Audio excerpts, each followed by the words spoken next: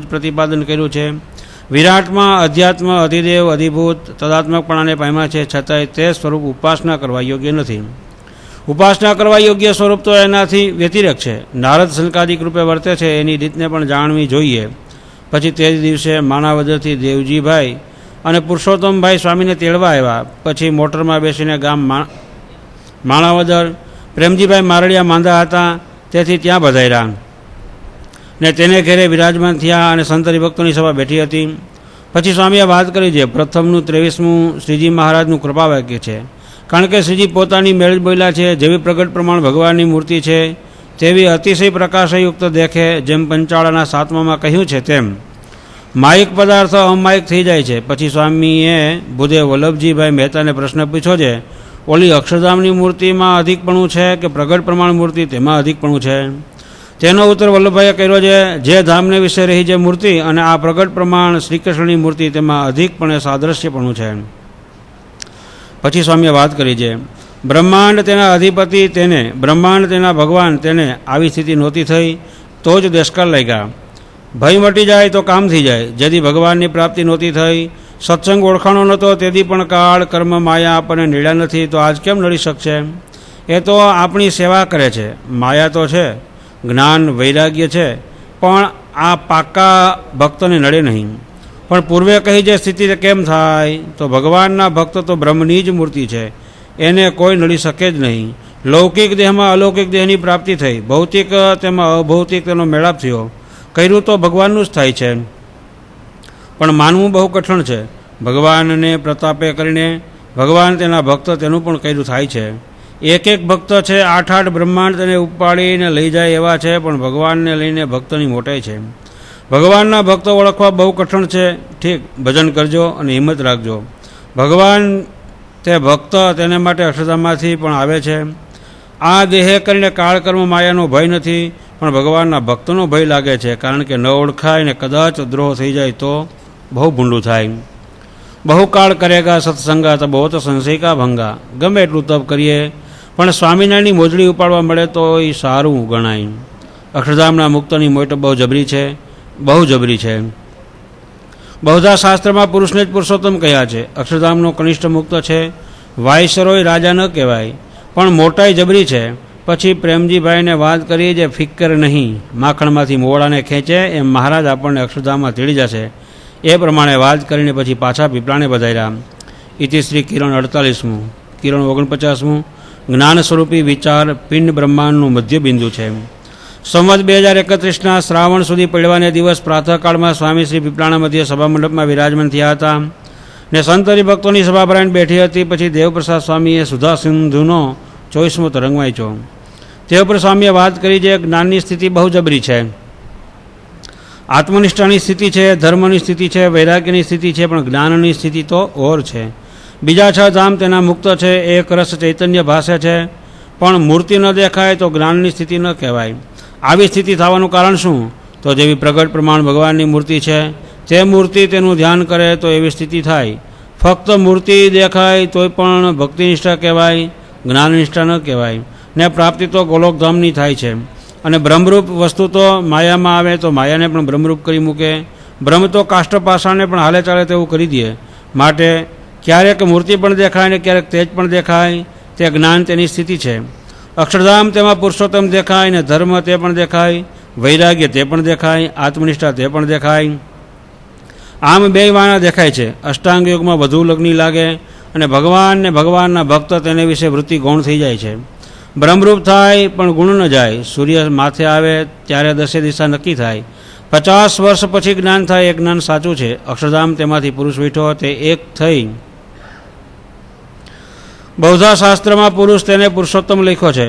સંકોચ, વિકાસ, અવસ્થા, લોમ વૃત્તિ, અનુલોમ વૃત્તિ એ 2 થઈ. અક્ષરધામ તેમાંથી પ્રકૃતિ પુરુષ તેમાં આવે તો પણ એવા ને એવા જ છે. કોઈ કાર્યને લીધે પુરુષોત્તમમાં આવે તો પુરુષોત્તમ પણ દબાવી દે. પ્રકૃતિમાં છે પણ ગુરુ કર્યો હોય તો ઓળખી કાઢે. પ્રકૃતિમાં આવે ત્યારે એના જેવો જ સ્વભાવ હોય, એનો જીવ ઓળખી કાઢવો એ અલૌકિકપણું છે. જેવી મૂર્તિ દીઠી હોય તેનું જ ધ્યાનની ઉપાસના કરવી, તે બ્રહ્મ તે એકાદશી કહેવાય. એનું રૂપ બદલતું નથી.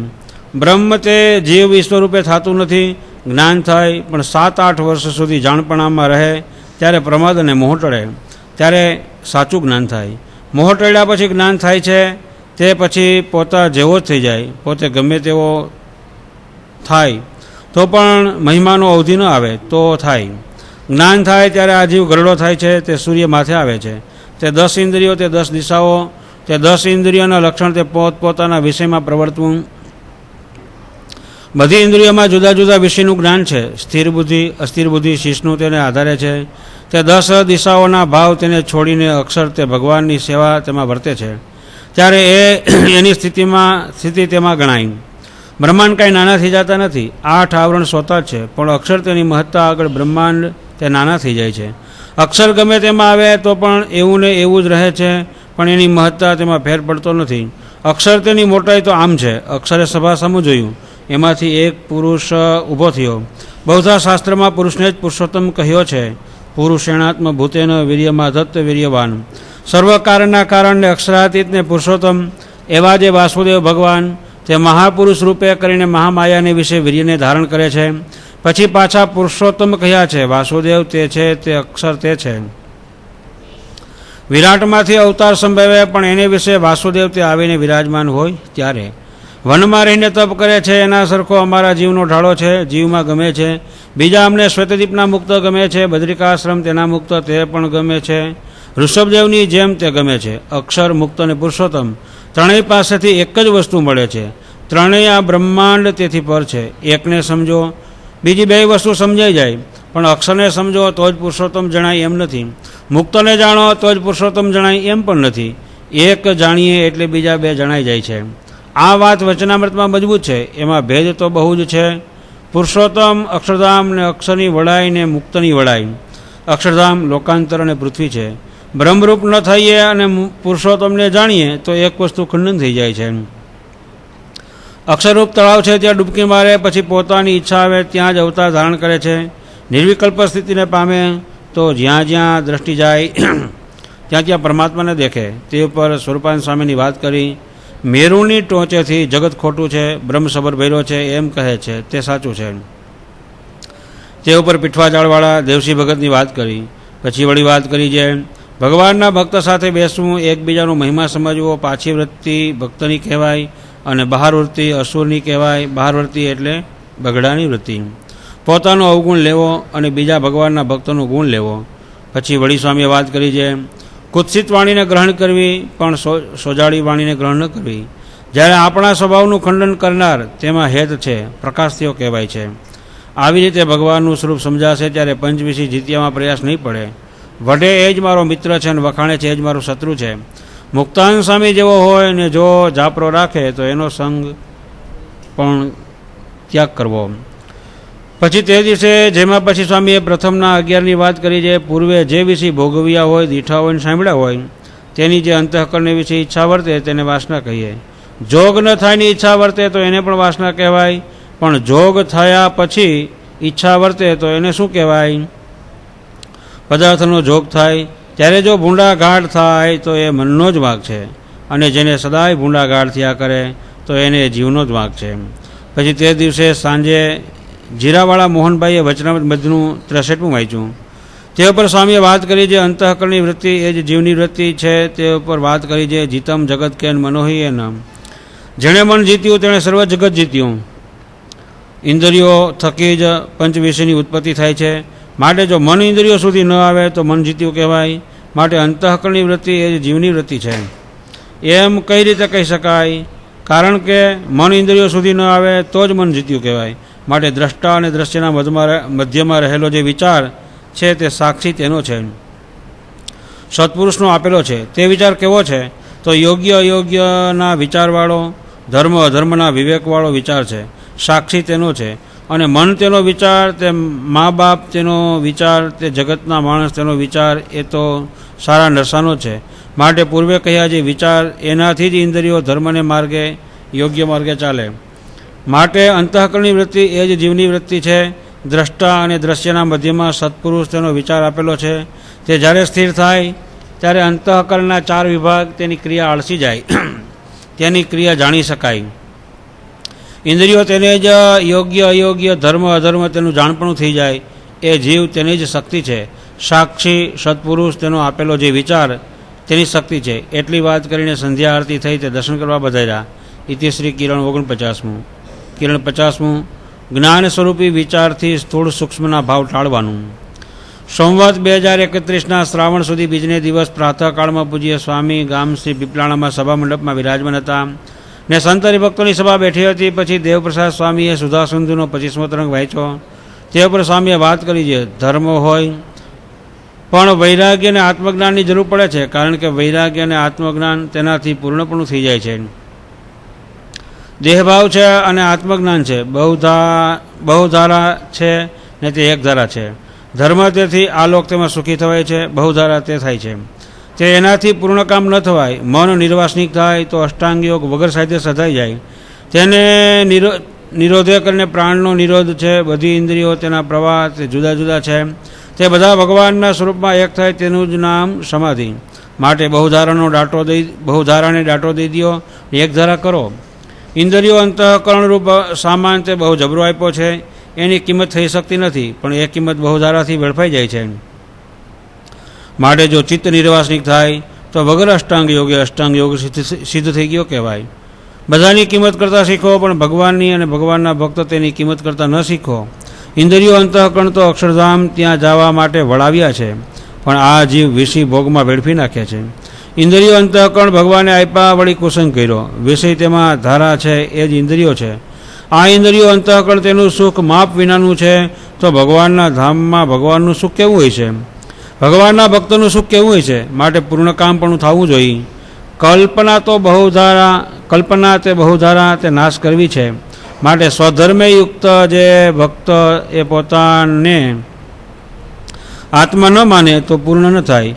માટે ચિત્ત તેનો નિરોધ કરવાનો ઉપાય તો આ સમાગમ છે, આ સત્સંગ છે. ભગવાનના ભક્તો કીર્તન બોલતા હોય, વચનામૃત બોલતા હોય, પ્રદક્ષિણા કરતા હોય, સત્સંગી હોય, એને સ્વધર્મ વૈરાગ્ય આત્મનિષ્ઠા એ કાંઈ દુર્લભ છે? એ તો એને હોય જ, પણ દુર્લભ તો પ્રત્યક્ષ વાસુદેવ ભગવાનનું દર્શન અને આ બ્રહ્મવેતા સંતનો સંગ જ છે. માટે ભગવાનના ભક્ત તેની સાથે રહેવું એ જ જીવ તેને બળ પામવાનો ઉપાય છે. વિવેક સોતો પંચ વિષયને ગ્રહણ કરે તો ઇન્દ્રિયો તેની વૃત્તિ એ જ જીવની વૃત્તિ છે. જો સત્સંગના સુખથી છકી જાય તો અગ્નિમાં બીજ નાખ્યા જેવું છે, પણ જો અપૂર્ણપણું મનાઈ જાય તો ખારા પાટમાં બી વાવ્યા જેવું છે. માટે આ સમયે જેને સત્સંગમાં પ્રતીતિ આવી તેના પુણ્યનો પાર નથી.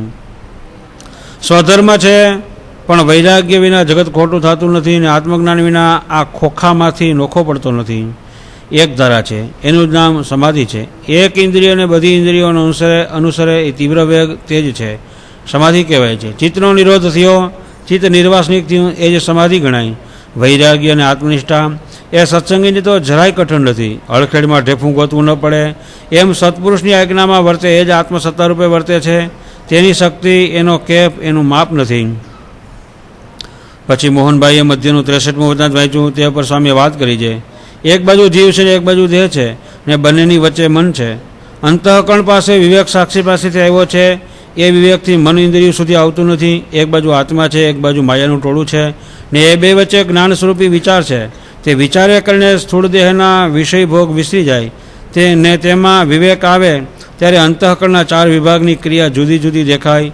દ્રષ્ટા અને દ્રશ્ય તેની વચ્ચે જ્ઞાન સ્વરૂપી વિચાર છે. એ વિચાર સામે એ જીવ દ્રષ્ટિ કરે, તેમાં હેત થાય તો સ્થૂળ દેહ સંબંધી ગાઢ સંકલ્પ વિસરી જાય છે. પછી સ્વામીએ પ્રશ્ન પૂછ્યો છે, દ્રષ્ટાનું જાણપણું ક્યું અને દ્રશ્યનું જાણપણું ક્યું? તેનો ઉત્તર પણ પોતે જ કર્યો છે. અંતઃકરણની વૃત્તિ એ જીવની વૃત્તિ છે. તેને ભૂંડું સપનું પણ ન આવે. આ જીવને બળ પામવાનો ઉપાય છે. બીજો તો સાંખ્ય વિચાર કરવો, ભગવાનની આજ્ઞા પ્રમાણે યોગ્ય અયોગ્યનો વિચાર તે છે. સાંખ્ય વિચારથી પણ જીવને બળ પ્રાપ્ત થાય છે. ત્રીજો તો જે ભગવાનને ભગવાનના ભક્ત તેમાં પ્રીતિ ને એની સેવામાં વેગવાન શ્રદ્ધા વર્તે ત્યારે પણ જીવ બળને પામે છે. પછી મહારાજ કહે કે આત્મસત્તા રૂપે અમે રહેવા લાગ્યા, તેમાં પણ અમને બીક લાગી કે પાછો દેહ નહીં જરાય તો. માટે આ સંતના મધ્યમાં દેહ ધરીને ભગવાનને ભગવાનના ભક્ત ભેળું રહેવું, એનાથી આ જીવનું રૂડું થાય છે. એવું કોઈ સાધનથી થતું નથી. ભગવાનના ભક્તોનો મહિમા એવો જબરો છે કે અંતકાળે કોટી વીંછીની વેદના હોય ત્યારે ભગવાનના ભક્તો સાંભળે કે દર્શન થાય તો આ જીવનું બહુ રૂડું થાય અને અંતે તે જીવને બળ પામવાનો સૌથી શ્રેષ્ઠ ઉપાય છે. ઇતિ શ્રી કિરણ 50મું. કિરણ 51મું સર્વોપરીપણાનું. સંવત 2031ના શ્રાવણ સુધી ત્રીજના દિવસ સ્વામી શ્રી જુનાગઢ મધ્યે પોતાના અવતારામાં વિરાજમાન હતા ને સંત હરિભક્તોની સભા બેઠી હતી. પછી એક સાધુએ વચનામૃત પ્રથમનું 33મું વાંચ્યું. તે પર સ્વામીએ વાત કરી જે ભગવાનનો આશરો છે એમાં બધાય સાધનનો સમાવેશ થઈ ગયો. એક મૂઢપણે આશરો તેને બ્રહ્મા જેવો ડોલાવે તો પણ ડોલે નહીં. બીજો પ્રીતિએ કરીને આશરો તેને તો બાહ્ય જગતનો વ્યવહાર પરાણે કરવો પડે. માન ઉદાસકો વ્યવહારમાં જોડાય. તે ઉપર ગોરધનભાઈની વાત કરી. ભગવાન સિવાય બીજા પદાર્થમાં જોરે કરીને પણ પ્રીતિ ન કરે એ પ્રીતિએ કરીને આશરો છે. ત્રીજો સમજણે કરીને આશરો છે. જે રૂપે ભગવાન વર્તે છે એની રીતને જાણે અને જીવના કલ્યાણને અર્થે નારદ સંકાદિક રૂપે વર્તે છે એને પણ જાણે. સમજણનું અંગ કંઈક વધારે જુદું જણાય છે. સમજણ એ બુદ્ધિનું અંગ છે. કરતાપણું, અકર્તાપણું, અન્વય વ્યતિરેકપણું એને જાણે. અક્ષર રૂપે વર્તે છે અને તે 10 દેશ રૂપે વર્તે છે. ઈશ્વર રૂપે વર્તે ત્યારે પુરુષ તેને જ પુરુષોત્તમ કહે છે. જીવ વતે જીવનું પોષણ છે. તો ભગવાનને શા માટે આવવું પડે? માટે બ્રહ્માંડની સ્થિતિ માટે ભગવાનનું જે રૂપ છે તેને પણ જાણે. જે રૂપે રક્ષા કરવી હોય, જેની રક્ષા કરવી હોય તે રૂપે રક્ષા કરે છે. એમાં પણ મોક્ષને અર્થે બહુ સુગમ રસ્તો બતાવ્યો છે. વિરાટમાં ઇન્દ્રિયો પણ હતા અને જીવ સંજ્ઞા પણ હતી, પણ જ્યારે એમાં વાસુદેવે પ્રવેશ કર્યો ત્યારે એમાંથી અવતાર સંભવે. પછી એમાંથી બ્રહ્માદિક પહેલે દિવસે ઉત્પન્ન થયા. શુદ્ર બ્રહ્માથી નારદ સંકાદિક થયા. તે સંસારમાં જોડાણા નહીં. શુદ્ર બ્રહ્માથી સૃષ્ટિ થઈ એને પાદ્મકલ્પ કહેવાય. પછી પ્રથમના 34ની વાત કરી જે સર્વ થકી પર સર્વ સુખના ધામ એવા જે ભગવાન એમાં જીવની વૃત્તિ રહેતી નથી અને સંસારમાં હેત થાય છે તેનું શું કારણ છે? સ્ત્રી અને છોકરા એમાં સહેજે હેત એનું નામ માયા. જીવ માયાના નિયંતા ઈશ્વર છે. માયા રહી છે દૈતમત છે. હેતુરૂપી જ ભગવાનની માયા છે. એ માયાના પ્રવાહમાં જે ન વહે એની વૃત્તિ ભગવાનમાં રહે. ભગવાનના ભક્તને પ્રારબ્ધ ન ભોગવવું પડે. એને તો ભગવાનની આજ્ઞામાં ભંગ થાય એનું દુઃખ ભોગવવું પડે છે. કારણ કે રાજાના કુંવરને હલકા વર્ણથી મરાય નહીં. સાધારણની આજ્ઞા લોપીએ તો દુઃખ થાય. તો આ તો અવતારીની આજ્ઞા છે એને લોપવાથી દુઃખ થાય જ. ભગવાનનો પ્રતાપ બહુ જબરો છે. એનો અવધિ નથી, એનો નિમ્નોખ નથી. ભગવાનને અવતાર ધારણ કરવાનો કોઈ અનુક્રમ નથી. અક્ષરધામમાંથી ડૂબકી મારે તો કાં પરબારા જીવમાં આવે ને કાં પરબારા ઈશ્વરમાં આવે ને કાં પરબારા પુરુષમાં આવે, પણ જેમાં આવે તેના પણ દબાવીને પોતે જ તે રૂપે વર્તે છે. વિરાટ થકી અવતાર થાય છે કારણ કે ત્યારે વિરાટપણું દબાવી દે છે. નહીંતર તો વિરાટ તો ઈશ્વર છે. વચનામૃતનો શબ્દ યાદ નથી રહેતો કારણ કે તે બ્રહ્માંડથી પર છે. આ બ્રહ્માંડથી પર હોય એને વચનામૃતનો શબ્દ યાદ રહે છે. ભગવાનના ભક્તનો પ્રતાપ બહુ જબરો છે. ભગવાનના ભક્ત જેવા છે એવા ઓળખાતા નથી ને જો ઓળખાય તો કાંઈ કરવું બાકી રહેતું નથી. જેને પરિપક્વ નિશ્ચિત થાય છે એ પણ ભગવાનના ભક્ત તેને જેવા છે એવા ઓળખવાથી જ થાય છે. આપણે ઠેઠ અક્ષરધામમાં જવું છે એવો સંકલ્પ રાખવો માયગા વિના મળે છે. એ નિર્લેપનું એંધાણ છે. વળી એથી બીજી પણ એક મોટી સ્થિતિ છે. તે શું? તો પ્રારબ્ધનું મળે એને પણ મૂકી દેવું. સાધુનો ધર્મ શું? તો જમવા ટાણે કોઈ આવે તો એને આત્માની બુદ્ધિથી આપી દેવું. એક ભગવાનની મોટાઈ સમજે, બીજું ભગવાનની ઈચ્છા સમજે એવો ભક્ત હોય એના ધર્માદિક તેની રક્ષા તો ભગવાન પોતે જ કરે છે. એવો ભક્ત છે તેને ધક્કા મારીને ભગવાન અક્ષરધામમાં લઈ જાય છે. પછી સરદારગઢવાળા ચતુર્ભુજભાઈને સ્વામીએ પ્રશ્ન પૂછ્યો છે એવું એક સાધન હશે, એવું કયું એક સાધન હશે કે ધરાર અક્ષરધામમાં જ લઈ જાય? ત્યારે તેનો ઉત્તર પણ સ્વામીએ કર્યો છે. ગુણાતીતાન સ્વામીએ એમ લખ્યું છે કે કોટિકલ્પે ભગવાનનું ધામ ન મળે પણ આવા સાધુને હાથ જોડે એટલામાં જ મળે છે. પછી બીજા દ્રોહને મહારાજ ગણતા નથી પણ 4 દ્રોહને જ મહારાજ ગણે છે.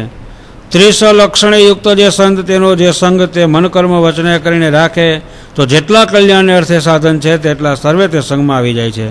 3 પ્રકારના પક્ષી છે. તેમાં એક વૃત્તિ દ્વારા ઈંડા સેવે, એક દ્રષ્ટિ દ્વારા ઈંડા સેવે અને એક માખમાં રાખીને ઈંડા સેવે. એમાં વૃત્તિ દ્વારા ઈંડા સેવે છે તે મળે તો કામ થઈ જાય, તે જ કલ્યાણ કરે છે. તે ઉપર કુંજળીની વાત કરી. પછી તે જ દિવસે બપોર પછી પ્રથમનું 37મું વચનામૃત વાંચ્યું. તે ઉપર સ્વામીએ વાત કરી છે તળાવડી અને ખાંપો સાંભળતા નથી પણ સાથળનું ચિહ્ન જોઈએ ત્યારે તે સાંભળે છે. તેમ સગા સંબંધી સાંભળતા નથી, ભૂલાઈ ગયા છે, પણ જ્યારે જોગ થાય ત્યારે સાંભળી આવે છે. દેશકાળે ન સાંભળે તો બહુ જબરી વાત છે. નારદજી જેવો ગુણવાન હોય પણ જો ભગવાનની ભક્તિ ન હોય તો તે અમને ન ગમે. માટે જે એમ સમજતો હોય જે જીવના કલ્યાણને માટે સર્વજનના નયનગોચર પૃથ્વી પર અત્યારે તે જેવા આત્યંતિક કલ્યાણને અંતે પણ રહે છે, માટે તે સમજવું એ જ ભક્તિ છે. પણ બીજી ભક્તિ અહીંયા કહી નથી. ભગવાન જીવના કલ્યાણને અર્થે મનુષ્ય દેહ તે ધારણ કરે છે, તેની સંત સમાગમ તેણે કરીને ઓળખાણ થાય છે, માટે ભક્તિ હોય એ જ અમને ગમે છે. તે સ્વરૂપનિષ્ઠા કહી છે. તે ભક્તિ કેવી? તો જ્ઞાન વૈરાગ્ય કરતાં પણ ભક્તિ તેમાં વિશેષ દૈવત આવ્યું. કલ્યાણકારી ગુણ જાણવા અને આશરો કરવો એ જ તે છે. તે ભક્તિવાળાના લક્ષણ તે છે. ભગવાન દિવ્ય ચરિત્ર કરે તેમાં મન રાજી થાય, પણ ભગવાનના મનુષ્ય ચરિત્રમાં તેમાં રાજી થાય. ભગવાન દિવ્ય ચરિત્ર કરે તેમાં મન રાજી ન થાય, પણ ભગવાનના મનુષ્ય ચરિત્ર તેમાં રાજી થાય. પ્રાકૃત ચરિત્ર કરે એમાં દિવ્ય ભાવ જણાય એ જ ભક્તિ છે. એ ભક્તિ જ્ઞાન વૈરાગ્ય કરતાં અધિક છે. આ વચનામૃતમાં ભક્તિ બહુ જબરી છે. દુર્લભમાં દુર્લભ તે ભક્તિ છે. દુનિયામાં જેટલી વસ્તુ છે તે બધી વસ્તુ કરતાં આ ભક્તિ અધિક છે. તપથી અધિક છે, વૈરાગ્યથી અધિક છે, તીર્થથી અધિક છે, સર્વ સાધનથી પણ અધિક છે. આવી ભક્તિવાળો જેવો તેવો હોય તો પણ અમને બહુ ગમે. એ જેવો તેવો કેવો? તો એની પર કાળકર્મ માયા તેનો હુકમ નથી. એને દંડ દેવો હોય તો ભગવાન પોતે દે છે. એક તો પોતાના બાહુબળે કરીને કલ્યાણ ઈચ્છે છે, ને એક તો ભગવાનને પ્રતાપે કરીને કલ્યાણ ઈચ્છે છે. એવો બુદ્ધિવાળો છે. એના દર્શન તેને અમે ઈચ્છીએ છીએ, ને તેને દુખવતા થકા બીએ છે. એના ચરણની રજ અમે પણ માથે ચડાવીએ છીએ. તે શક્તિ તો છે. એના દર્શન માત્રથી અનંત પતિત જીવનો ઉદ્ધાર થાય છે. તો સ્વામિનારાયણ એમ સર્વોપરી છે. ભક્તિની કિંમત શું? તો ભક્તિ તો સોનાનો કળશ, તે ભાંગે તો એ સોનું જ છે. ભક્તિ એટલે નીચો હાથ રાખો, દાસ થઈને રહેવું. દાસના દાસ થઈ રહે સત્સંગમાં, ભક્તિ ભલી માનીશ રાચીશ તેના રંગમાં. ભગવાન તેના ભક્ત તેને દુઃખ થાય તો બીવું, આવું દાસપણું તે છે. ભગવાન જેવા છે એવા ને એવા જ આત્યંતિક કલ્યાણને અંતે પણ છે. ભગવાન જીવને અભયદાન આપવા માટે મનુષ્ય દેહ તેનું ધારણ કરે, તેનો સંત સમાગમે કરીને નિશ્ચય થાય છે. ભક્તિ તેમાં જ્ઞાન વૈરાગ્ય તેથી વિશેષ દૈવત આવ્યું. માટે આવી ભક્તિ અત્યંત દુર્લભ છે. ત્યાં દિવ્ય આંખો ખુલે તો જ મેળ ખાય. એવી દિવ્ય આંખો ભગવાનને ભગવાનના ભક્ત તે પાસેથી જ મળે. જ્યારે સત્પુરુષના સરખી સ્થિતિ થાય ત્યારે સત્પુરુષ જેમ વર્તે છે તેમ જણાય. તે ઉપર કરિયાણામાં શ્રીજી મહારાજે ના કાઢો રૂમાલ કર્યો તેની વાત કરી. શ્રીજી મહારાજે ઘોડી કુંડાળી નાખી તે મૂર્તિ પીલુ સાહેબના જીવમાં ઉતરી ગઈ. ત્યારે મહારાજે કહ્યું કે અંતકાળે આ મૂર્તિ યાદ રાખજો. માટે પ્રાકૃત ચરિત્ર તેમાં દિવ્યપણું થાય એ જ ભક્તિ દુર્લભ છે. જેને આવી સ્થિતિ ન હોય એને આત્મનિષ્ઠા સિદ્ધ કરવી. જેને ભગવાનને વિશે અતિશય પ્રીતિ છે એને તો આ વાત સમજાય કે ન સમજાય, પણ એને કરવું કાંઈ રહ્યું નથી. માટે અવતારના અવતારી છે એવડી સામર્થ્ય છે, પણ તે ભક્તિવાળો છે. આની આગળ તો દેવતાની કાંઈ ગણતરી નથી. ભગવાનના ભક્ત તે તો ભવબ્રહ્માદિક દેવ કરતાં પણ અધિક છે. સત્વગુણ મુખ્ય છે, તે દેવતા તેની ગણતરી છે. આવી વાત ખોટી કલ્પે પણ સમજવી મુશ્કેલ છે. સમજણ તો 500 બખ્તરિયા છે. ભગવાનની ભક્તિ હોય એને જાણે એને પણે ઠેકાણે થઈ ગયું. માટે ભક્તિ અતિ દુર્લભ છે. વ્યાસ ભગવાન પણ જેમ છે એમ કહી ન શક્યા, જેમ છે એમ ભગવાનના ગુણ ન લખાણા. અંતરમાં જ્યારે પ્રકાશ હોય ત્યારે વચનામૃતની વાત છપાઈ જાય. રજોગુણ અને તમોગુણ અંધારું છે ત્યારે વાત યાદ રહેતી નથી. સત્વગુણ તો હું આમ વર્તું છું અને બીજા મારી જેમ વર્તતા નથી, મોટું અજ્ઞાન છે. તે મોટું અંધારું છે. ભગવાનને ભગવાનના ભક્ત તે વિના અજ્ઞાન અંધારું નાશ થતું નથી. ત્યાગ હોય, વૈરાગ્ય તે હોય, ધર્મ તે હોય, પણ તેમ છે. પ્રગટ સૂર્ય વચ્ચે અજવાળું થાય છે, પ્રગટ ભોજનથી જ ભૂખ ભાંગે છે. તેમ આવા સાધુ વિના અજ્ઞાન જાય નહીં, ને અજ્ઞાન ગયા વિના જીવ સુખ્યો થાય નહીં. ઇતિ શ્રી કિરણ 51મું. કિરણ 52મું. સમાપ્તિની આરતી અહીંયા થાય એમ સ્ત્રી ભક્તોની સભામાં પણ સમાપ્તિની આરતી થશે. ત્યાં ડીશ અને વાટીઓની કાયમની સગવડ કરાવી લેજો. અહીંયા બધા ગામના હરિભક્તોને આરતીમાં લેવામાં આવશે. પૂજનમાં યજમાન જ જોડાશે અને આરતીમાં સવારે પ્રારંભની આરતીમાં અને સાંજે સમાપ્તિની આરતીમાં બધા ગામના હરિભક્તોને લગભગ લાભ મળશે. એવી જ રીતે સ્ત્રી ભક્તોની સભામાં પણ બધા ગામના ભક્તોને લાભ મળે આરતીમાં. પૂજનમાં યજમાન જ જોડાઈ શકે, પણ આરતીમાં બધાય ગામના ભક્તો આગળ પાછળ જોડાઈ શકે એવા સ્ત્રી ભક્તોની સભામાં આગેવાન ભક્તોએ વ્યવસ્થા કરી લેવી.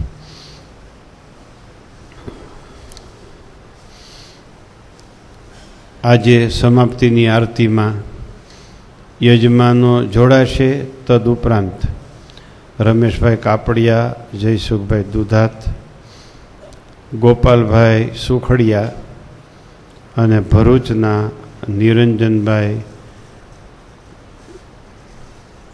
અને વિપુલભાઈ અને સંજયભાઈ એટલા ભક્તો આજે સમાપ્તિની આરતીમાં યજમાનો સાથે જોડાશે.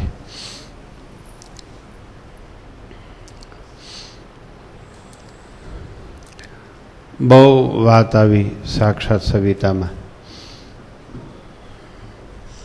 જો બધાને દેહની ક્રિયા પણ બંધ થઈ જાય છે, એટલી બધાને શાંતિ વર્તે છે. આવી શાંતિ કાયમ કેમ વર્તે એવી વાત પણ આવી. કલાણાના ગામના કિરણમાં જે દ્રઢતા ટળી જાય છે એ દ્રઢતા કઈ છે? જે દ્રઢતા નથી ટળતી એવી દ્રઢતા કઈ?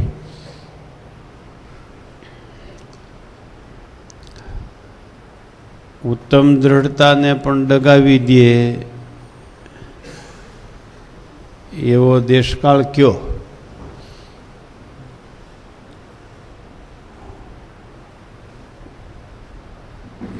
અને કનિષ્ઠ દ્રઢતાને પણ ન ડગાવી શકે એનું કારણ શું?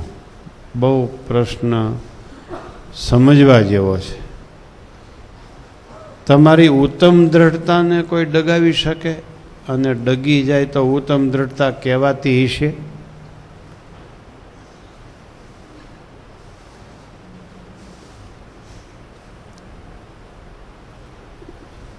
પ્રથમનું 55મું વચનામૃત સ્વામી પાસે વંચાણું.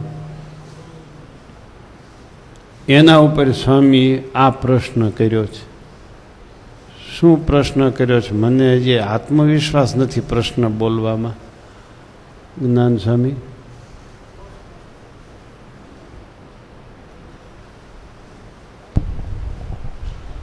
ગમે એવી ઉત્તમ દ્રઢતા હોય હા તો એને પણ ડગાવી દે એવો દેશકાળ કયો? હા. અને ગમે એવો દેશકાળ હોય તો પણ દ્રઢતા જાય નહીં એવી દ્રઢતા કઈ? આવો પ્રશ્ન સ્વામીએ પૂછ્યો છે. મને બોલવામાં આત્મવિશ્વાસ નહોતો આ પ્રશ્ન બોલવામાં. પ્રથમનું 55મું વચનામૃત. પ્રશ્ન કેવા પૂછે છે સ્વામી? આપણને એમ લાગે આવા પ્રશ્ન પૂછવાની જરૂર હું? ઉત્તમ દ્રઢતા કોઈ દી ડગે જ નહીં એમ જ આપણે માની લીધું હોય ને.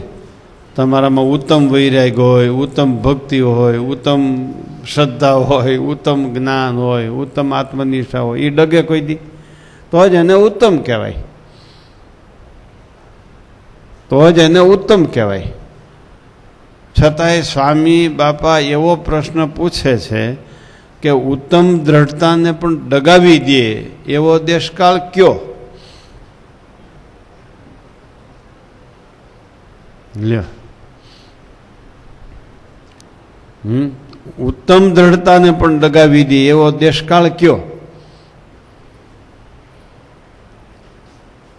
અને મધ્યમ દ્રઢતા પણ ડગે નહીં એ દ્રઢતા કેવી?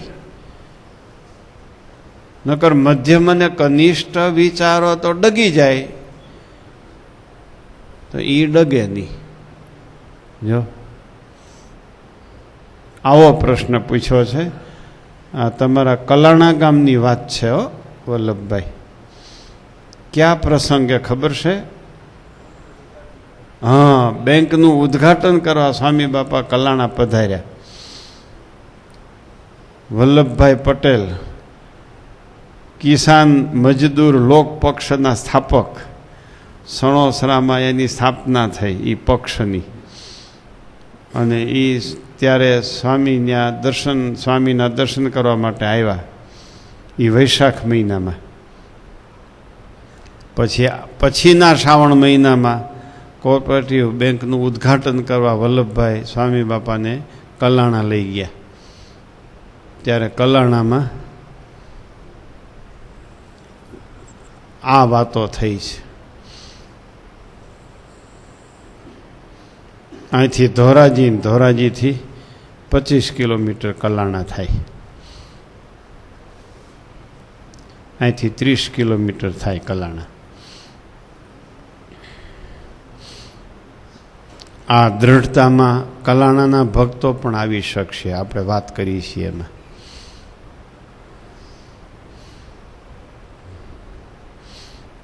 ઉત્તમ દ્રઢતા પણ ટળી જાય એવો દેશકાળ કયો?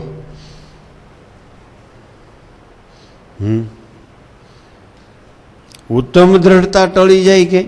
હા, ટળી જાય એવો દેશકાળ કયો?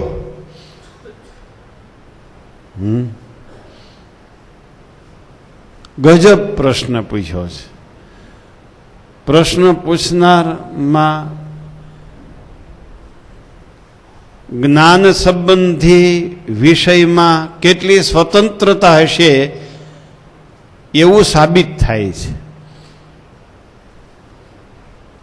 જ્ઞાન નિરૂપણમાં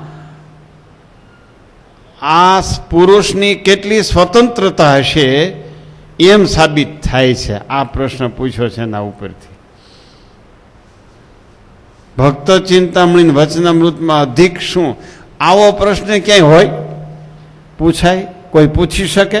છતાંય પૂછે એ પુરુષમાં જ્ઞાન નિરૂપણમાં કેટલી સ્વતંત્રતા હશે,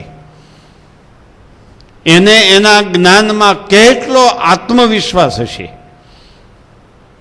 હે, આ કેવડી પરંપરાથી જામી ગયેલી પેઢી છે. પરંપરાથી જામી ગયેલી પેઢી છે. કેવડી પેઢી છે આ, કે ફાવે એવડા એટલા અબજો રૂપિયાનો ચેક ડ્રાફ્ટ લખીને ફેંકી દે બેંકમાં. પાછો પડવાની બીક જ નહીં.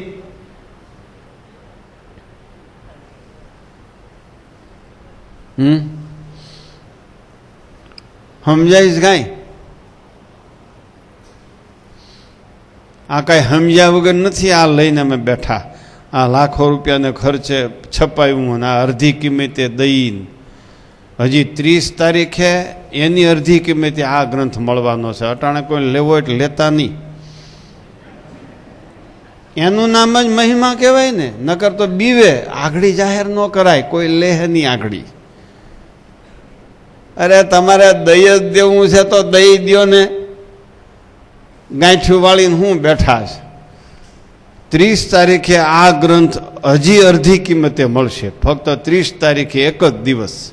અત્યારે કોઈને સાક્ષા સવિતા ગ્રંથ ખરીદવી હોય તો ખરીદવો નહીં. 160 રૂપિયા કિંમત છે. 80 રૂપિયામાં આપી છે. અને 30 તારીખે સવારથી સાંજ સુધી 40 રૂપિયામાં આ ગ્રંથ મળશે. તમે તારે શાંતિ મેળવો અને લહેર કરો. લે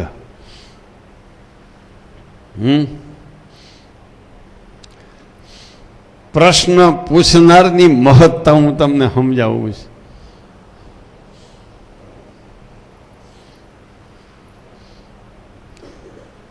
તમે તો 50,000નો ચેક ડ્રાફ્ટ આપ્યો હોય તો કહી દે, હું કહું તઈ જાય બેંકમાં, નકર આવશે ગડગડ તો પાછો હું સિલિક કરું પછી લેવા જાય. અને આ તો આવો પ્રશ્ન પૂછી નાખ્યો. ઉત્તમ દ્રઢતાને પણ ડગાવી નાખે એવો દેશકાળ કયો? લ્યો. કોઈ કે મારામાં પૂરો વૈરાગ છે, પૂરા નિયમ ધર્મની દ્રઢતા છે, મારામાં પૂરેપૂરી આત્મનિષ્ઠા છે, મારામાં પૂરેપૂરી આર્થિક શક્તિ છે, મારામાં પૂરેપૂરી વ્યવહારિક બુદ્ધિ છે એને પણ ફગાવી નાખે. એ કયો દેશકાળ? વ્યવહારિક દ્રઢતાને પણ ફગાવી નાખે અને આધ્યાત્મિક દ્રઢતાને પણ ફગાવી નાખે. લ્યો. હવે આ પ્રશ્નનો જવાબ વાંચો જી, બધા સાંભળે એમ પાછો વાંચો. મને પૂછીએ નહીં, આમાં વાંચવાની મજા આવતી નથી. આ બધું આડું આવે છે.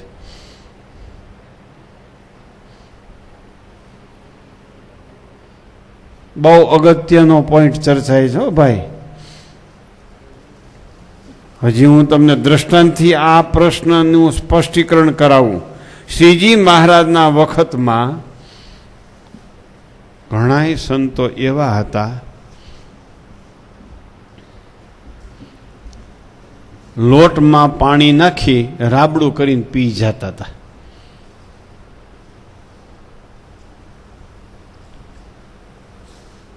એવી ઉત્તમ પ્રકારની દ્રઢતાવાળા હતા તપમાં. ઉત્તમ પ્રકારની તપની દ્રઢતાવાળા હતા. લે શ્રીજી મહારાજ ધામમાં ગયા પછી ઘર ભેગા થઈ ગયા કપડાં બદલાવી. આ પ્રશ્ન સાચો છે એમ હું તમને સમજાવું છું. આ પ્રશ્ન સાચો છે, સ્વામી બાપાએ પૂછ્યો. હું શંકા કરું છું આ પ્રશ્ન પૂછાય નહીં, પહેલાં એમ શંકા કરું છું, પછી આ પ્રશ્ન પૂછ્યો એ વ્યાજબી પૂછ્યો છે એ હું તમને સમજાવું છું. તમે મારા શબ્દ પકડી લેતા નહીં હો.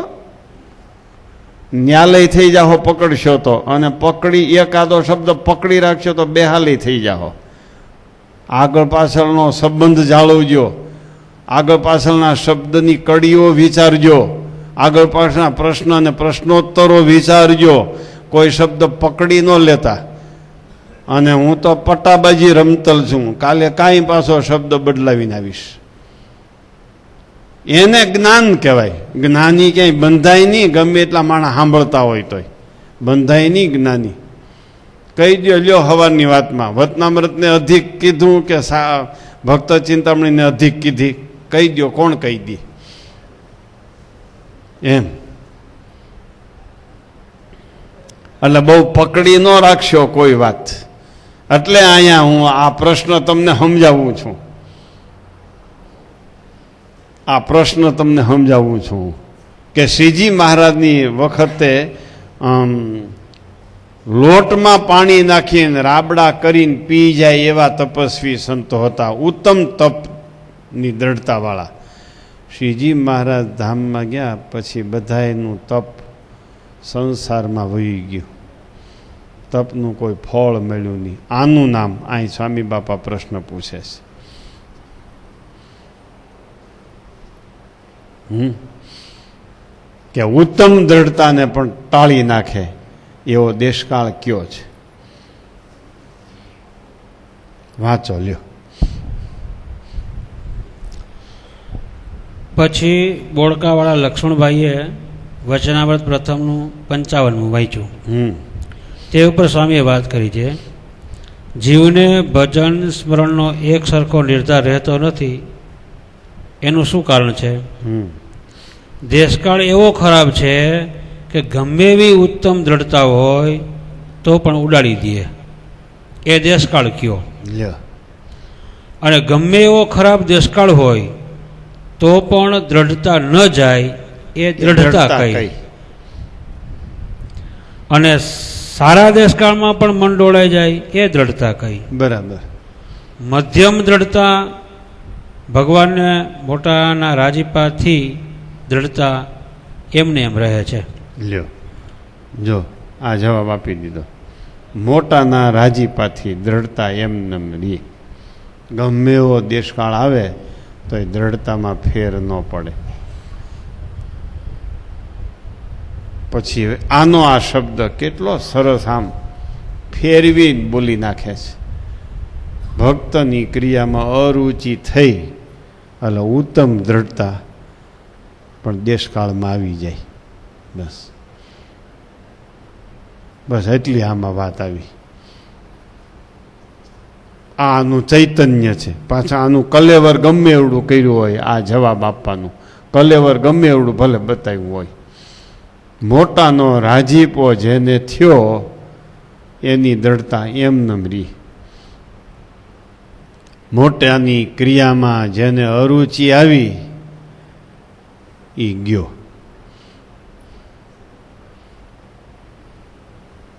એના ધર્મ, ઉત્તમ ધર્મ નિયમ, ઉત્તમ જ્ઞાન, ઉત્તમ આત્મનિષ્ઠા, ઉત્તમ વૈરાગ્ય, આ શ્રીજી મહારાજ પછી ધામમાં ગયા, પછી શ્રીજી મહારાજ પછી ધામમાં ઘરે વૈયા ગયા, એને ગમે એની ક્રિયામાં અરુચિ આવી હોય.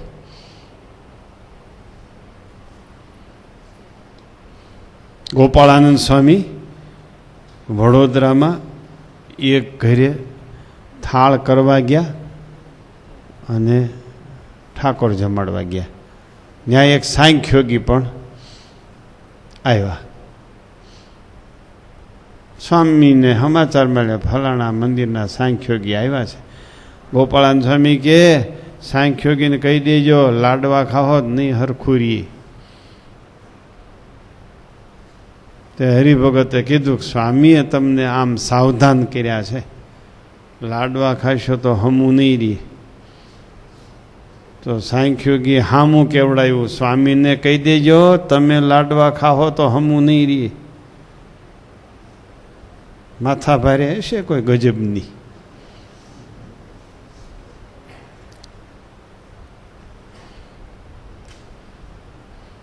લ્યો સમજાણું.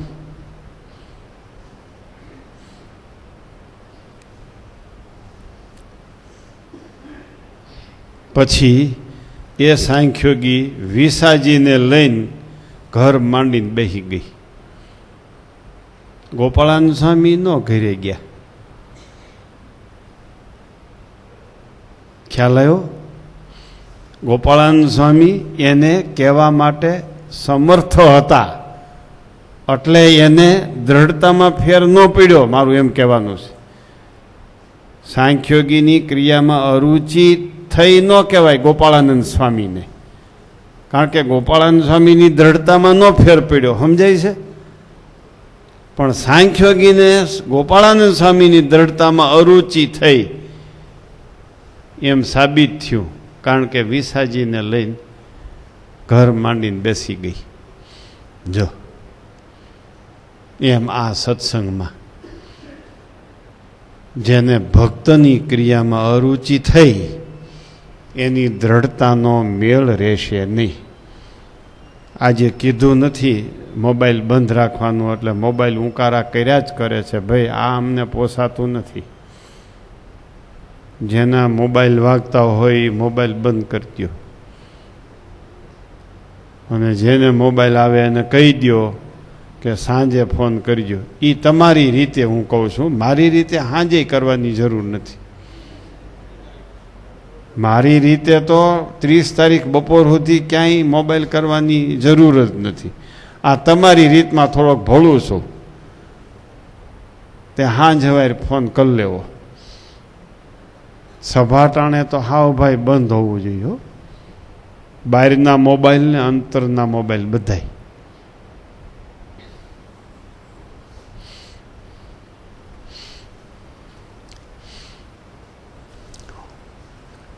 આપણા સમાચાર કાંઈ આવે એટલે કહી જ દેજો. મેં કહી જ દીધું છે ઓફિસવાળાને, જેને કોઈને ખબર પડે એને કહી દેવાનું 30 તારીખે 5 વાગ્યા પછી ફોન કરજો.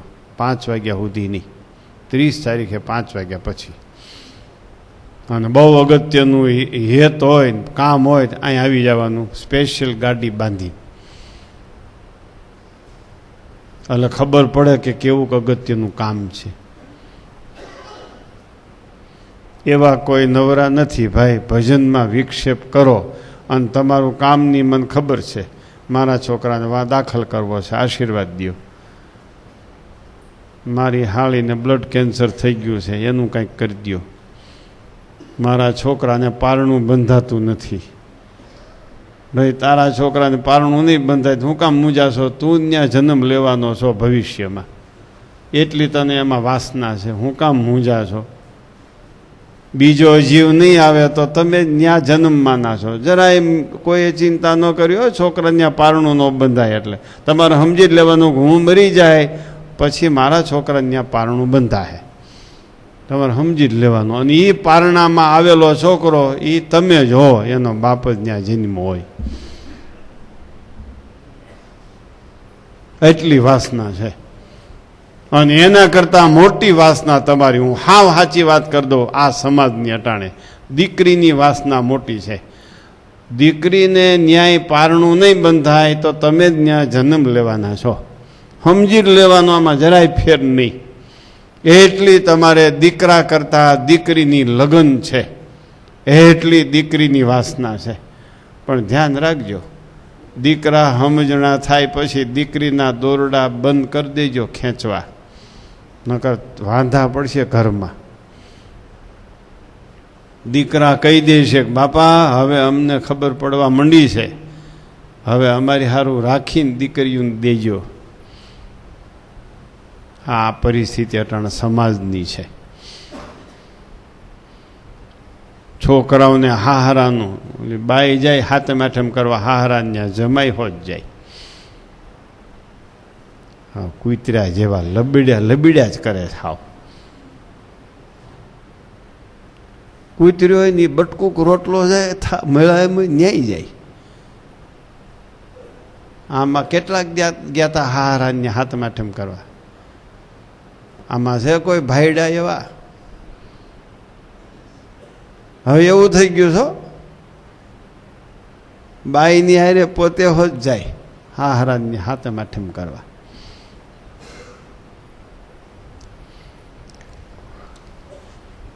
હું નવતમભાઈ સમજણની વાત?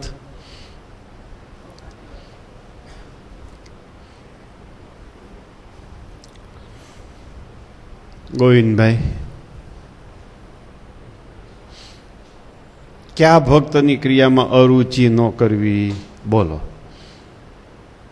બધાય ભક્તની ક્રિયામાં?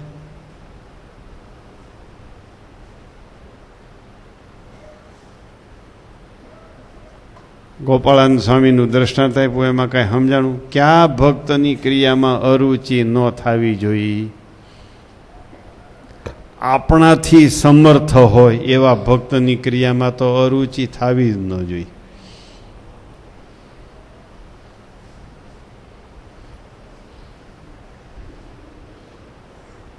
જો ગોપાળાનંદ સ્વામીને જવાબ દીધો, પરિણામ એનું આવ્યું.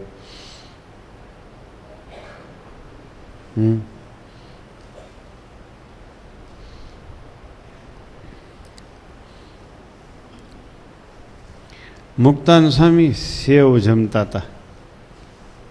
સેવનો આકાર ઈયળ જેવો હોય ને, ઘઉંની સેવ. લે આ હું મોટા થઈને આ હું જીવડા ખાતા હશે એમ એક જણાને થયું. જે વસ્તુ ખાવા બે એમાં જીવડા બની જાય. એની ડીશમાં પીરસે એટલે જીવડા બની જાય. એની ખીચડી બીજાની ડીશમાં ખીચડી હોય. એના એ ભાત બીજાની ડીશમાં ભાત હોય. આના ડીશમાં પીરસે એટલે એ ભાત ઈળું બની જાય.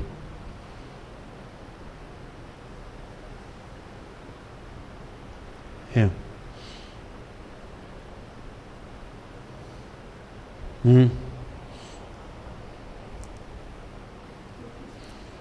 સમજાણું? સ્વામી બહુ ઉત્તરાવસ્થામાં મુંબઈ પધાર્યા હતા.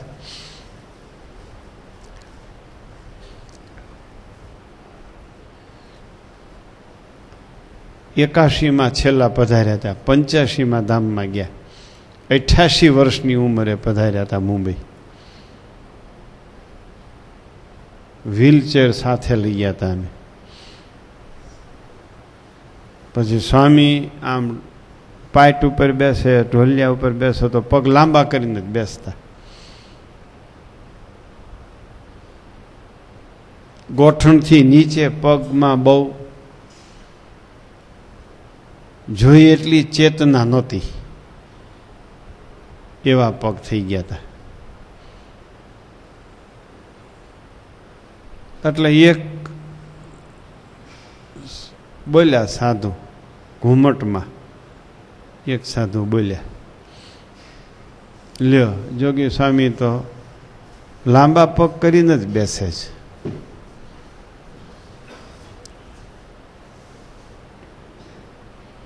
શંકરલાલ બેચર ખંભાતવાળા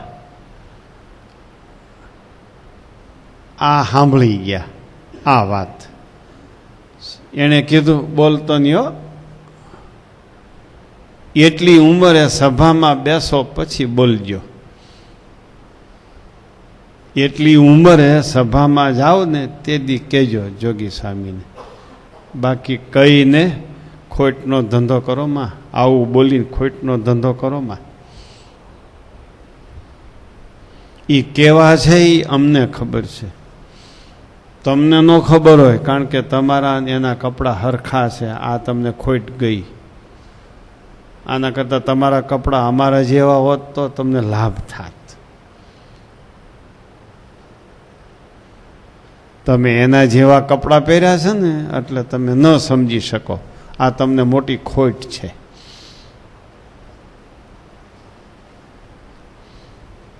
એમ સમજાણું? ભક્તની ક્રિયામાં જેને અરુચિ એની દ્રઢતાનો મેળ નહીં. અરુચિ એટલે અણગમો, અભાવ. તમારે ઘરમાં એકબીજાની ક્રિયા ગમે નહીં તો હરખું હાલે? ન હાલે ને. બસ આ સત્સંગ આપણું ઘર છે, આમાં એક જણ એકબીજાની ક્રિયા ગમે નહીં તો દ્રઢતાનો મેળ ન રહે, નિયમ ધર્મનો મેળ ન રહે,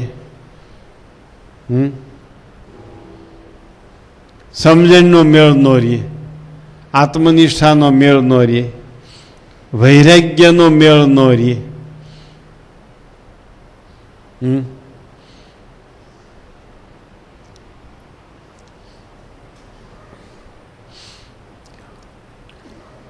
એમ આવી બહુ વાતો છે. આમાં તો હું સમુદ્ર છે, ડૂબકી મરાય નહીં, પાછા બહાર નીકળીએ નહીં. તકલીફ આપણે આમાં ડૂબકી મારીએ તો કાંઠે બેસીને કાંઈક લોટો ભરી લઈને ચમચી લઈને આચમની કરી લઈએ, પી લઈએ. આમાં ડૂબકી મરાય નહીં. મારતા નહીં હો ડૂબકી કોઈ, બધું ખોટું થઈ જાય. હું તમને સાવધાન કરી દઉં ને, બીજું કાંઈ ગમશે નહીં પછી.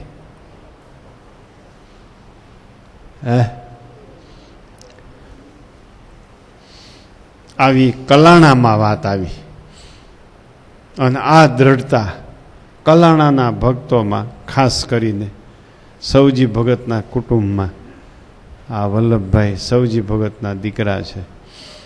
પહેલાં સ્વામી બાપાએ ન્યા નળિયાવાળું મકાન કરેલું, મંદિર કરેલું, નળિયાનું મકાન, મંદિર કરેલું.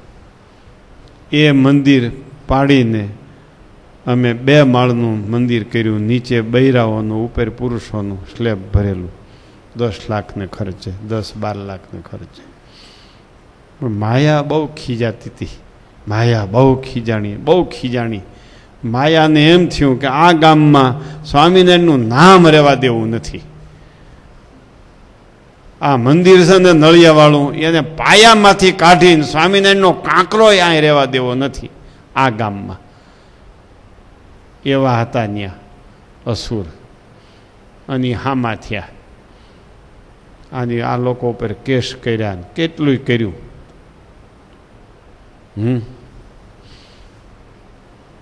માર ખાવા પડ્યા આ વલ્લભભાઈને, એના મોટા ભાઈને, સત્સંગ રાખવા માટે. આ યુગમાં લે. અને જૂના મકાન હતા, ત્યાં મેળી હતી ગામમાં. એ મેળી ઉપર સ્વામી ઉતરતા, મંદિર નહોતું તઈ. અને મેળીની બાજુમાં ગામનો ચોક હતો. ચોકમાં બાયું રાસ લેવા આવે. અહીં કથા વાર્તા થતી હોય ને એટલે રાહડા લેવડાવે બૈરાઓને.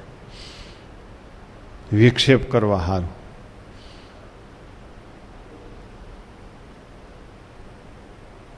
પણ આ લોકોને એક જ સ્વામીનો આશીર્વાદ છે. સ્વામીનો આશીર્વાદ છે. સ્વામીનો આશીર્વાદ મિથ્યા થતો નથી. આવી સ્વામીની ક્રિયામાં રુચિ, તો એની દ્રઢતા દેશકાળે એમને એમ રહી. અને એને યોગે અત્યારે કેટલા કુટુંબો મંદિરનો લાભ લે છે. કેટલા કુટુંબો મંદિરનો લાભ લે છે. કડિયા અને કડવા કણબી બે વસ્તી પ્રધાન છે એ ગામમાં. લગભગ બે વસ્તીના સરખા ભાગ છે. ગુર્જર ક્ષત્રિય કડિયા અને કડવા કણબી, આ બે વસ્તી છે એ ગામમાં. અને બેયની વસ્તીની મેજોરિટી લગભગ સરખી છે. બહુ આગળ પડતું ગામ છે. કપાસ સિવાય એ ગામમાં બીજું વાવેતર નથી થતું. ઓણ ફેરફાર થયો જ ભલે.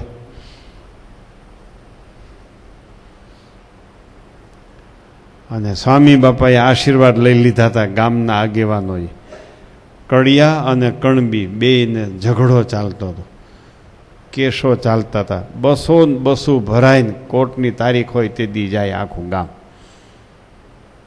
અને ન્યા સુધી વેરઝેર પહોંચ્યા હતા. ન્યા સુધી વેરઝેર પહોંચ્યા. એકબીજાના ભેંસો, બળદિયા, ગાયું એને મારવા માંડે કે આ કણબીની ભેંસ છે મારો, આ કડિયાનું બળદ છે મારો આને.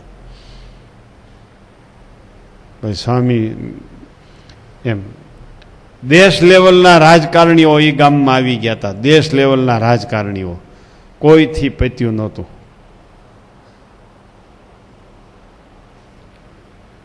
પછી ગામના આગેવાનોએ સ્વામી બાપાને પ્રાર્થના કરી, જોગી બાપા તમે આ અમારું કાંઈક કરી દો, તમે કરી દો અમારું. સ્વામી કે સારું અમે આવશું, અમને કાંઈ ખબર પડતી નથી, ઓને આમ સમજાવો ને આમ સમજાવો ને એ કાંઈ, પણ અમે આવશું એટલે બધાના વિચારો બદલી જાય. પછી સ્વામી કલાણા પધાર્યા. બધાએ મીંડા કહેવા બે પક્ષ, જોગી બાપા કેમ કરવું છે? સ્વામી કે બધા કેસ પાછા ખેંચી લ્યો, બતાવો હવે પૂરું થયું, જાઓ.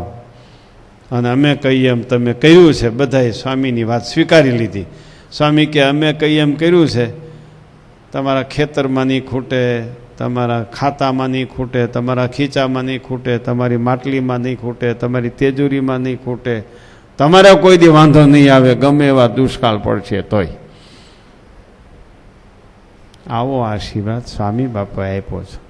તે પછી કલાણાને હજી કાંઈ કોઈ દિવસ આખા ગામમાં ઉત્પાદનમાં કોઈને વાંધો આવ્યો નથી ને આવશે પણ નહીં. લ્યો, આ વ્યવહારિક દ્રષ્ટિએ દ્રઢતા સમજાણી. આ વ્યવહારિક દ્રષ્ટિએ દ્રઢતા એમને એમ રે. ઓલી ધાર્મિક દ્રષ્ટિએ આ લોકોની દ્રઢતા એમને એમ રહી. જો મોટાનો રાજીપો.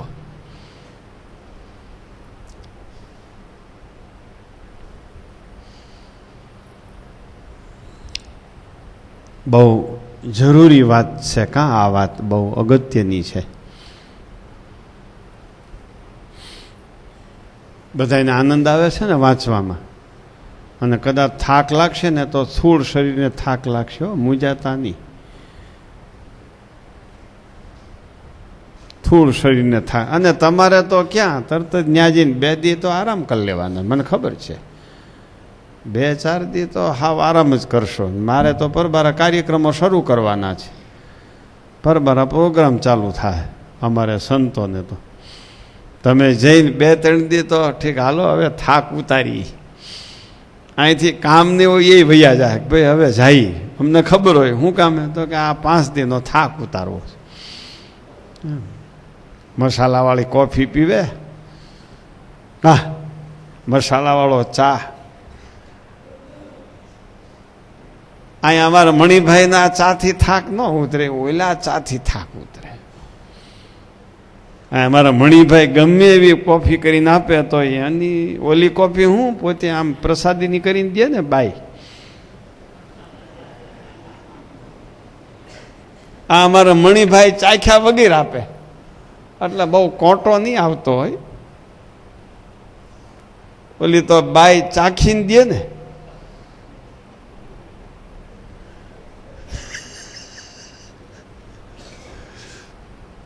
હે શું વિપુલભાઈ તમે સમજ્યા આ વાતમાં કયો? સાક્ષાત સવિતાની વાતમાં હું સમજ્યા? તમે સમજી ગયા હાવ વાત?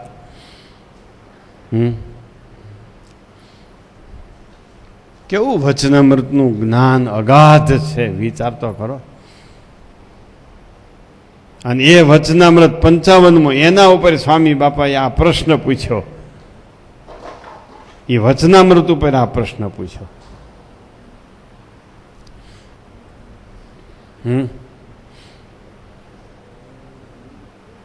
ઉત્તમ દ્રઢતા પણ ટળી જાય તે માટે મન કર્મ વચને કરીને મહારાજ કે મોટા સાધુનો સમાગમ કરે તો કઠણ દેશકાળ હોય તો પણ દ્રઢતા એમની એમ રહે.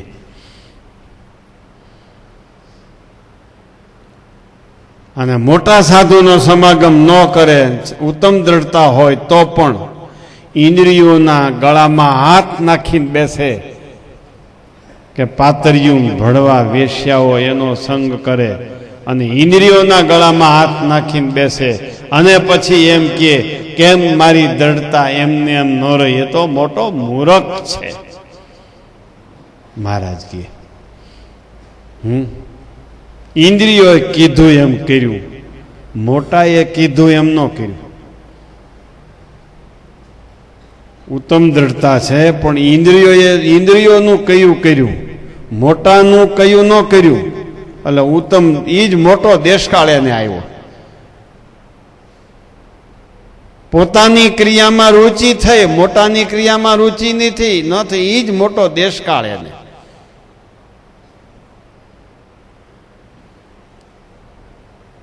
હે અને ઓલી મધ્યમ દ્રઢતા છે પણ ઇન્દ્રિયોનું ધાર્યું ન કર્યું, મનનું ધાર્યું ન કર્યું, મોટાનું ધાર્યું કર્યું.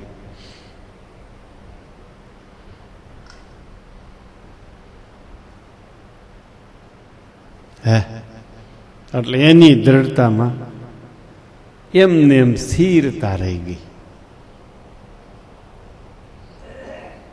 સમજાણું?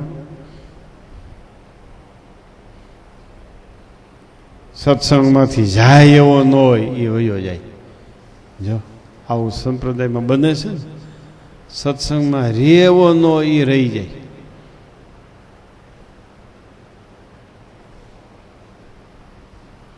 જો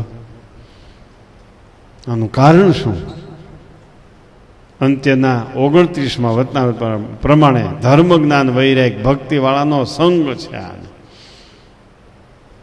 આ દીક્ષા લેવા જાય નાના નાના હોય અને કેટલાય જુવાન થાય એટલે સંસાર સાંભળે ને વયા જાય, કેટલાય આખી જિંદગી રહી જાય. એનું કારણ શું? તો કે ધર્મ જ્ઞાન વૈરાગ ભક્તિ વાળા આત્મનિશા વાળા એના ગુરુ મળ્યા હતા, એની આજ્ઞામાં વર્તે છે. માટે યુવાવસ્થા રૂપી દેશકાળને એ ઓળંગી શકે છે. યુવાવસ્થામાં આવ્યો હોય, ભર જુવાનીમાં આવ્યો હોય સત્સંગમાં, ધર્મ જ્ઞાન વૈરાગ ભક્તિ વાળા સંત એની સાથે જો આત્મબુદ્ધિ જીવ જોડ્યો ન હોય તો એ યુવાની અવસ્થા રૂપી દેશકાળને ઓળંગી શકતો નથી. એની ઉત્તમ દ્રઢતા પણ ટળી જાય છે અને ઓની દ્રઢતા દેશકાળે પણ એમને એમ રહે છે.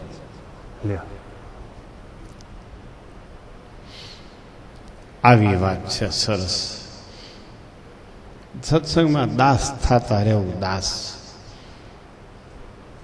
આમાં બધી આ પ્રવૃત્તિ ચાલે છે ને, રસોડાની પીરસવાની, આ સભા થઈને આ વ્યવસ્થા કરી એમ. આમ માથા ઉપર બરફ રાખીને ફરવું, બધાએ ટાઢું રહેવું.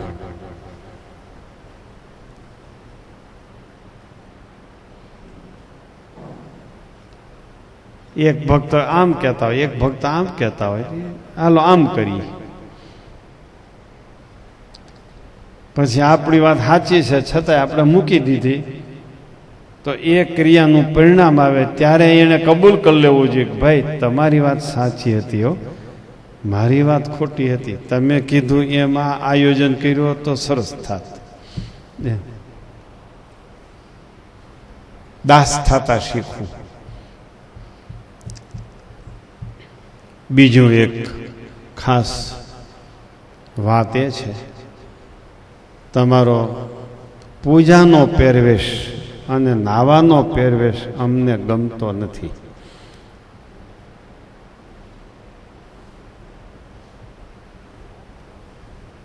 તમે નાઈને પહેરવાનો ટુવાલ કડથી નીચે પહેરો, એ ટુવાલ તમે પૂજામાં જાજે ભાગે ઓઢતા હો. કડથી નીચે પહેરેલું કપડું એ અશુદ્ધ જ કહેવાય, એ પૂજામાં ઓઢાય જ નહીં. એકવાર કડથી નીચે પહેરેલું કપડું કાઢી નાખ્યું પછી ધોયા પછી જ એનો ઉપયોગ થાય. આ તમારા ટુવાલને હું મેલખાયું કહું છું. મેલખાયું જોયું છે ને, ઘોડા ઉપર મેલખાયા હોય.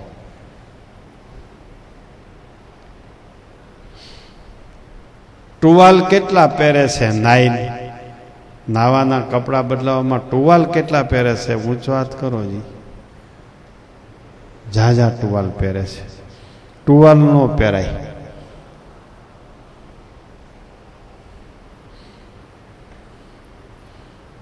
અને એ ટુવાલ પછી પૂજામાં કે કાંઈ ઉપયોગમાં ન લેવાય. પછી જ્યારે એ ટુવાલને અડો ત્યારે એને અડીને હાથ ધોયા પછી જ ઠાકોરજીને અડાય, એને હાથ ધોયા પછી રસોડાની રસોઈ કરાય, એને અડીને હાથ ધોયા પછી થાળ ધરાય, એને અડીને હાથ ધોયા પછી પૂજા કરાય, એને અડીને હાથ ધોયા પછી માળા કરાય, એને અડીને હાથ ધોયા પછી માનસી પૂજા કરાય. આ એટલું પવિત્ર વસ્તુ છે, બહુ પવિત્ર વસ્તુ છે એ હો.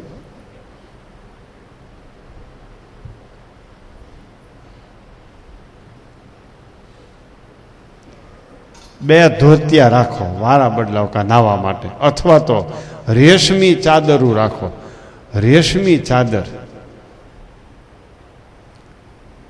કે નાયલોનનું કપડું કે રેશમી કપડું કે ગરમ કપડું કડ નીચે પહેરો, કડથી નીચેના ભાગમાં પહેરો. એ ધોવો નહીં તો પણ અપવિત્ર ગણાતું નથી. છતાં એને પછી અમુક દિવસે ધોવું પડે.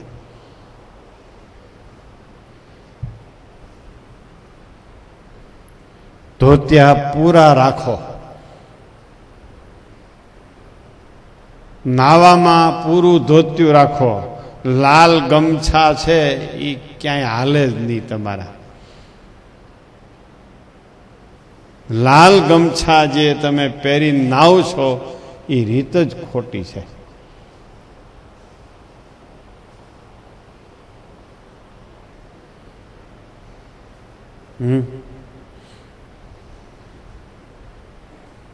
અહીંયા ધોતિયાની વ્યવસ્થા થશે, પૂરા ધોતિયા પહેરવાની શરૂઆત કરી દેજો.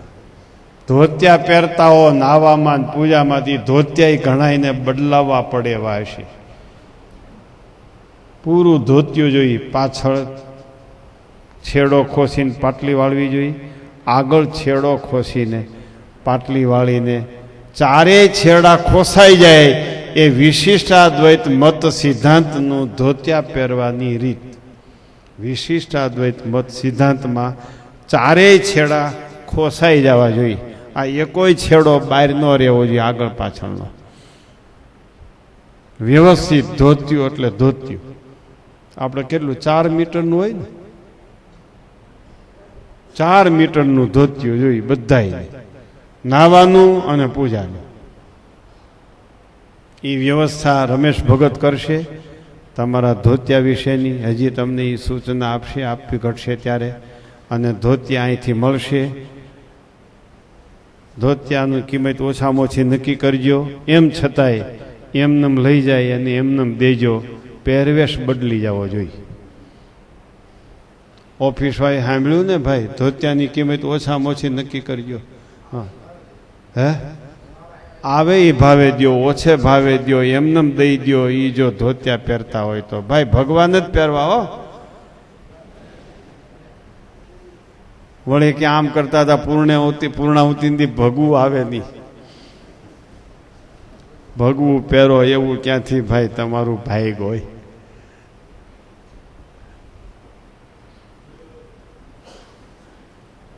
સંડાસમાં જાઓ તો નાવા માટે કાં પૂરી ગોઠણ સુધીની ચડ્ડી પહેરો, લૂસ ચડ્ડી, પોળી ચડ્ડી, અથવા તો લેંઘો પહેરો.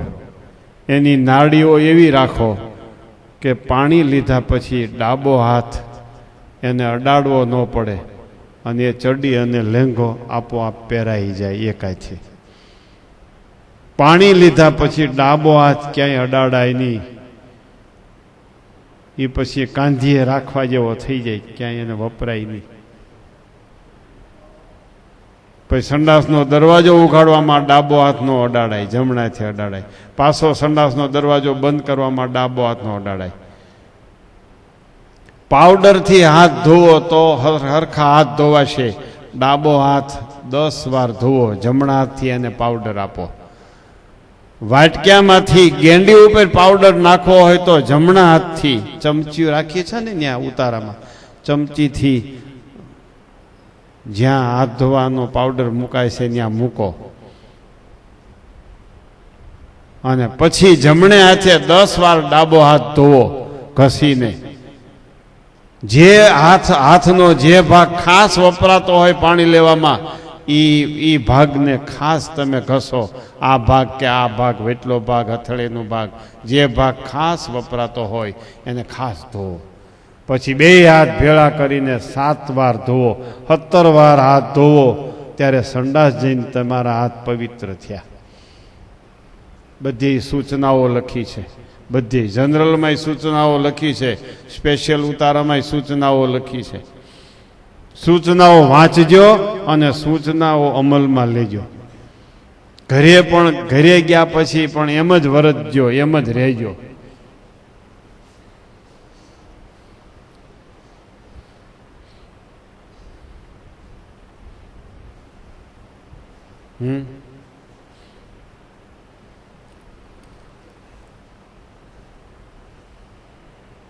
આ અગતરાય વાળા 17 વાર હાથ ધોવો છો, ઘરે શું થાય છે? આખા ઘરની ઢબ શું છે? નથી ને. હા, ઘનશ્યામભાઈ તમારે ઘરે 17 વાર હાથ ધોવાય છે? હરખા નથી ધોવાતા ને? તો એ તો અને શું કેવું, એ તો આજે આવ્યા, આમ ઓળખીએ છીએ, પણ આજે એટલો ટાઈમ લઈને આ વખતે આવ્યા ને તમે તો સત્સંગ મંડળના સભ્ય છો. આવી રીતે ન ચાલે. મહેમાનને કહી દેવાય, સાંજે સૂચના આપી દેવાય, જો ભાઈ આ સંડાસ છે, આ હાથ ધોવાનું છે. સંડાસમાંથી નીકળીને હાથ ધોઈ નાખવાના. હાથ ધોઈને પરબારા બાથરૂમમાં જઈજો. મહેરબાની કરીને તમારા સંડાસવાળા પાવન પગલાં બેડરૂમમાં કિચનમાં પાડતા નહીં, એમ કહેવાય. તમારા પાવન પગલાં ધોઈ નાખજો પહેલાં બાથરૂમમાં, નાહી નાખજો. પછી આ બાજુ આવજો અને રાજી રહેજો. ઓલા કે આ તો વહમું, તો કહેવાય ભાઈ અટાણે 11 વાગે બસ મળે છે, હું ટિકિટ આપી દઉં. ભલું કરે ભગવાન તમારું, જો જાઉં તો. ત્યાં પછી ખિસ્સામાં હાથ નાખવો પડે ને વળાવવા હારું.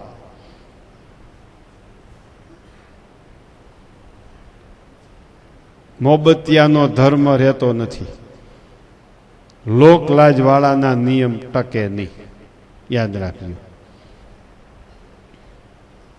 હવે આ જનરલમાં એક હાવ બધું આવડતો એવા હરિભગતને બેહાડજો સવારે નાવામાં. બધાયની મોર નાહીને ત્યાં ખુરશી નાખીને બેસી જાય અને શીખડાવે, અહીંયા હાથ ધોવો, અહીંયા પગ ધોવો સંડાસવાળા, પછી બાથરૂમ તમે જાઓ. કેશુ બાપાને ન બેસાડતા, નકર એની બીકથી જ બધા વિયા જાય કાલ, એના અવાજથી જ. એવી રીતે સ્ત્રી વિભાગમાં સ્ત્રી ભક્તો નક્કી કરી લે, જે ઘરે બરાબર સંડાસ જવાની ક્રિયા આવડે છે હાથ ધોવાની ક્રિયા આવડે છે, નાવાની ક્રિયા આવડે છે, એવા સ્ત્રી ભક્તો સ્ત્રી વિભાગમાં, જનરલ વિભાગમાં બેસે. હવે બાકી રહ્યા વીઆઈપી, એને કોણ શીખવે? એ તો ફાટમ ફાટે છે.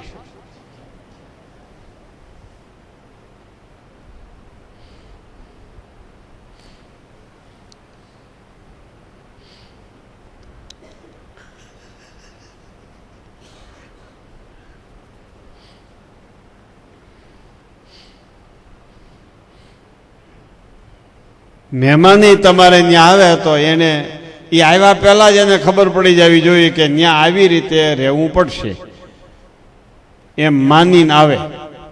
એવી તમારા ઘરની સદાચાર ક્રિયાની એટલી છાપ હોવી જોઈએ તમારા ઘરની.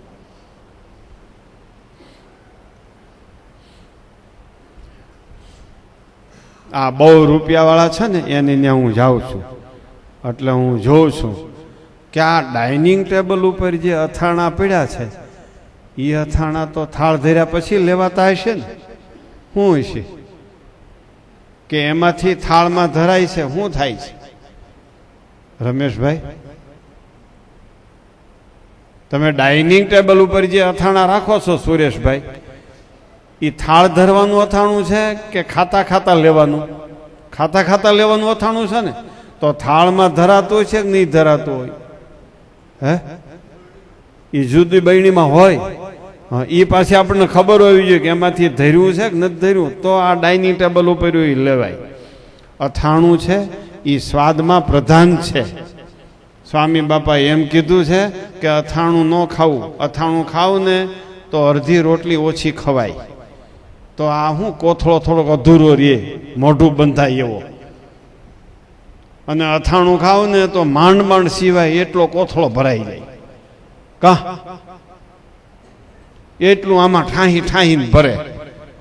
પછી સભામાં બેહી અગે નહીં, દંડવતી કરી અગે નહીં. આ તો ભાઈ જમ્યા પછીના દંડવત બંધ કરો. એ કે ભાઈ જમ્યા પછીના દંડવત બંધ શું કામ કરવા? તું થોડુંક બંધ રાખીને, ઊણું રાખીને. અમે ચોડવા ગયા હતા, ત્યાં ઓલો રીંગણાનું શાક કર્યું, આખા રીંગણાનું. ઓલા ધરમપુરના ફૂલચંદભાઈ એ સરદારગઢમાં હાઈસ્કૂલમાં નોકરી કરે, અને એ અમે ચોડવા જાય ત્યારે સરદારગઢથી ત્યાં આવે એમ. અને સાંજે આવ્યા અને અમે ઠાકોર જમાડવા બેઠા હતા. ફૂલચંદભાઈ બેસી જાવ ને, તો કે હું તો ભાઈ ઠાકોર જમાડીને આવ્યો છું, મારે જ કાંઈ જમવું નથી. અમારા થોભણભાઈને બહુ આવડે. પછી અરે ફૂલચંદભાઈ, આવી પ્રસાદી વગેરે તમે રહી જાઓ. ફૂલચંદભાઈ કે પણ આમ તો જમીન આવ્યો છું, 50% ઢીલા પડી ગયા, આમ તો જમીન આવ્યો છું. ફૂલચંદભાઈ કે આમ તો જમીન આવ્યા છો અને આમ તો જમ્યા વગેરે આવ્યા છો, તો બેસી જાઉં ને. આ બેઠા, બેસી ગયા જમવા ભાઈઓ. અને શાકે તેદી એવું થયું તું, હે કાંઈ જોઈ નહીં શાક હારી, એવું શાક બનાવ્યું હતું. અને ખાધું શાક, ખૂબ ખાધું. પછી તો બેહી અગે નહીં, હુઈ અગે નહીં, હાલી અગે નહીં. હવે આને નાખવો ક્યાં?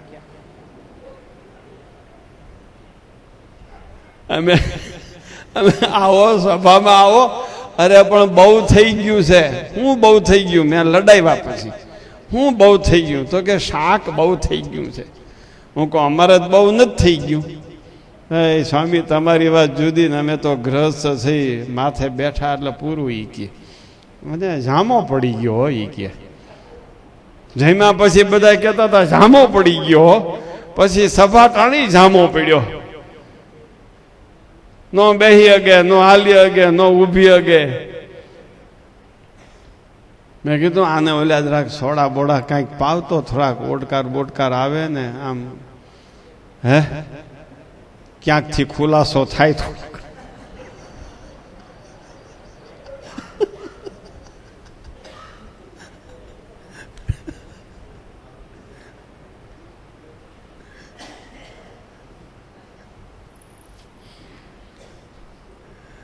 એ બધા સ્વામી બાપા એટલે ઓહો હો, એવા નિયમ કોઈ આપી ન શકે ભાઈ મગન બાપા. તમે આજીવન નિયમ રાખો ને ક્યાંય નડો નહીં એવા નિયમ સ્વામી બાપા પાસે હોય. આજીવન નિયમ રાખો, અણી શુદ્ધ રાખી શકો ને ક્યાંય તમારે વાંધો આવે નહીં વ્યવહારમાં. અને પાછું તમારી રસના ઇન્દ્રિય જીતાઈ જાય. વિચાર તો કરો, વ્યવહારમાં ક્યાંય આડું આવે નહીં નિયમ, એવું નિયમ આપી દે, જિંદગી પર્યંતનું નિયમ આપી દે અને રસના ઇન્દ્રિય જીતાઈ જાય. લાગે બધાને નાનામાં નાનું, અથાણું ન ખાવું, એટલે આ તો હાવ હેલું છે, પણ લીધું હોય એને તો કયો કેવું ખેલું છે. એમ ડાઇનિંગ ટેબલ ઉપર બરણીયું રાખવા માંડ્યા છે. જો એટલે હું એ 2-4 પ્રકાર હોય, એટલે જેને જે ઠીક પડે એમાંથી ખાવા, જે હાથે ખાતા હોય ને એ હાથે જ લે મારી પાસે. આમ બહુ ચોખાય ને આમ બહુ ગોબરા હો તમે. તમારો ગોબરવાળો એટલે ઘણી વાર એમ થાય કે આને ઘેરે જવાય નહીં, પણ પાછું એમ થાય કે આને ઘેરે નહીં આવી તો આનું સારું કેદી થાય. પાછો આ વિચાર નડે.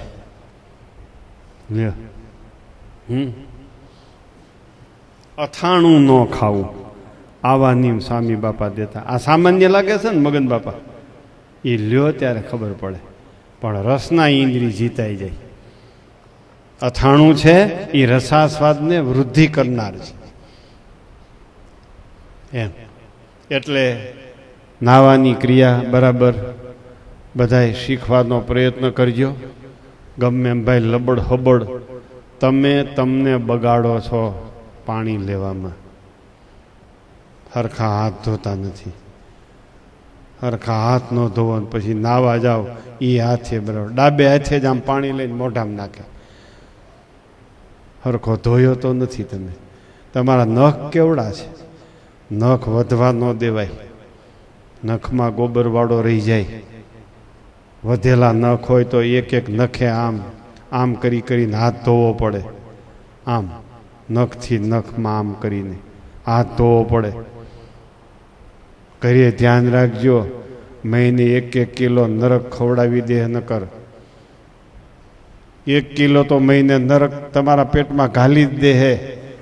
17 વાર હાથ ધોવાના કાયદા કરી નાખો. પાવડરથી હાથ ધોવો, હાબુથી હાથ ધોવો તો 17 વાર ગણવા કેમ ગણી શકાય? પાવડરથી ધોવો તો ડાબો હાથ 10 વાર ગણાય કે 1 વાર ધોયો, બીજી વાર પાવડર નાખ્યો, બીજી વાર ધોયો.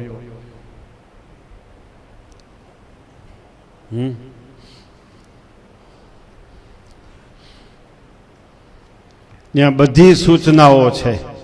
સૂચનાઓ પ્રમાણે ન તમે સમજી શકો તો બીજાને પૂછજો, પણ ગોબરવાળો ન કરતા.